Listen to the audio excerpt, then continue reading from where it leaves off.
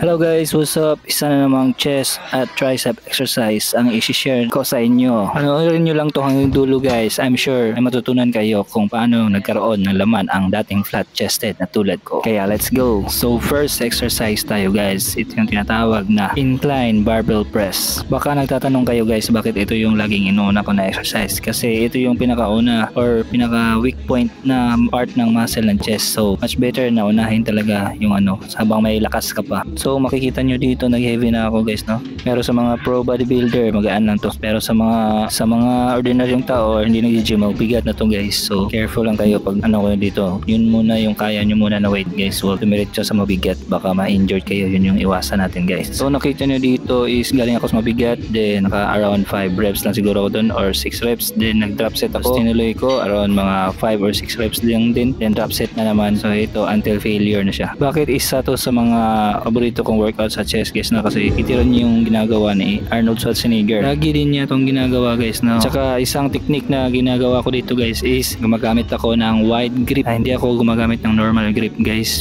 Mas effective sa akin yung wide grip. Actually bago ko lang ito na-discover. Dun din kay ko rin na-discover to kay Arnold. So yun, mas effective yan guys. Yan yung dyan, sikreto dyan. So huwag niyong kalimutan guys mag-flex for the good blood flow. Next exercise na naman tayo guys. Ito yung tinatawag na close grip dumbbell press using inclined bench press. So ang target muscle nito guys is yung upper chest natin with a major target on the inner chest. So gawin nyo lang to ng 3 set guys, no? Ito na yung second set guys. Nag-add na akong weight. Yung tinatawag natin na progressive overload. Then sa mga exercise natin like kanina, nag-progressive overload na din ako guys. Pansin nyo pag progressive overload guys is 4 to 6 reps lang talaga yan siya. So yan, ugaliin natin na mag-progressive overload para mag-improve yung muscle natin. Tapos after progressive overload, kung kaya mo pa is mag-drop set ka like this one. Nag-drop set na ko guys. So at least pag nag-drop set ka, mapiga talaga yung muscle mo guys. Yung until failure na kasi yan siya. So lagi nyong naririnig yung failure guys. So bakit failure? Kasi failure guys, kasi dyan talaga yung napupunit yung natin, mga muscle tissue. Once na napunit yung muscle tissue guys, dyan na mag-grow yung mga muscle natin. So maghahanap na yan din siya ng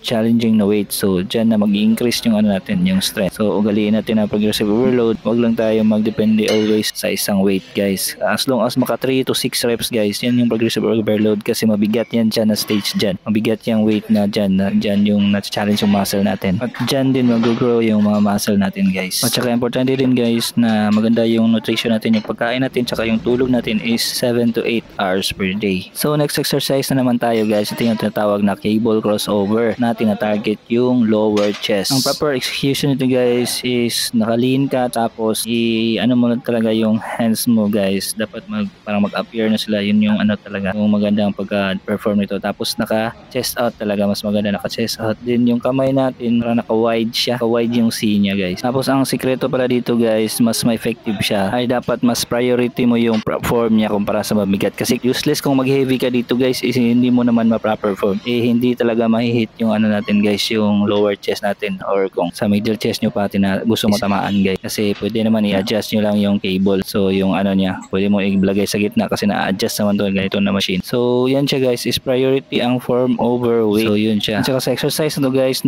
ginagawa ko rin yung drop set guys para mas matamaan talaga until failure talaga guys. So kung naglalawlaw yung chest nyo guys sa lower, so hindi pa siya nakaangat, parang naka-intact talaga, solid talaga. So ito talaga gawin nyo guys. Ito na exercise guys. Maganda siya. At saka ito pala na machine guys is bago to siya. Bago na machine sa gym namin. Meron namang crossover pero matagal na yung luma. Ito maganda to guys kasi na-adjust yung dating namin crossover. Hindi na-adjust. So maraming salamat sa may-ari nila ma'am sir. Actually yung namin dito guys, bakal gym talaga siya. Pero ngayon parang semi-bakal gym na siya kasi marami ng mga equipment guys. Marami ng mga bago mga machines. So yan, maganda na yung gym namin guys. Kung gusto mong mag-gym dito, punta lang kayo dito guys sa Lacson Street, Davao City. Super Happy Fitness Center. So yun guys, gawin nyo lang yan ng 3 sets. Then kung kaya nyo i-drop set guys, gawin nyo yung drop set kasi ako ginagawa talaga yung drop set kasi kaya pa naman ng ng stamina ko. Usually yung iba hindi nagda-drop set kasi hindi na kaya ng katawan nila, parang naubos na yung lakas nila guys. So tapos na tayo sa chest exercise guys, no? So 3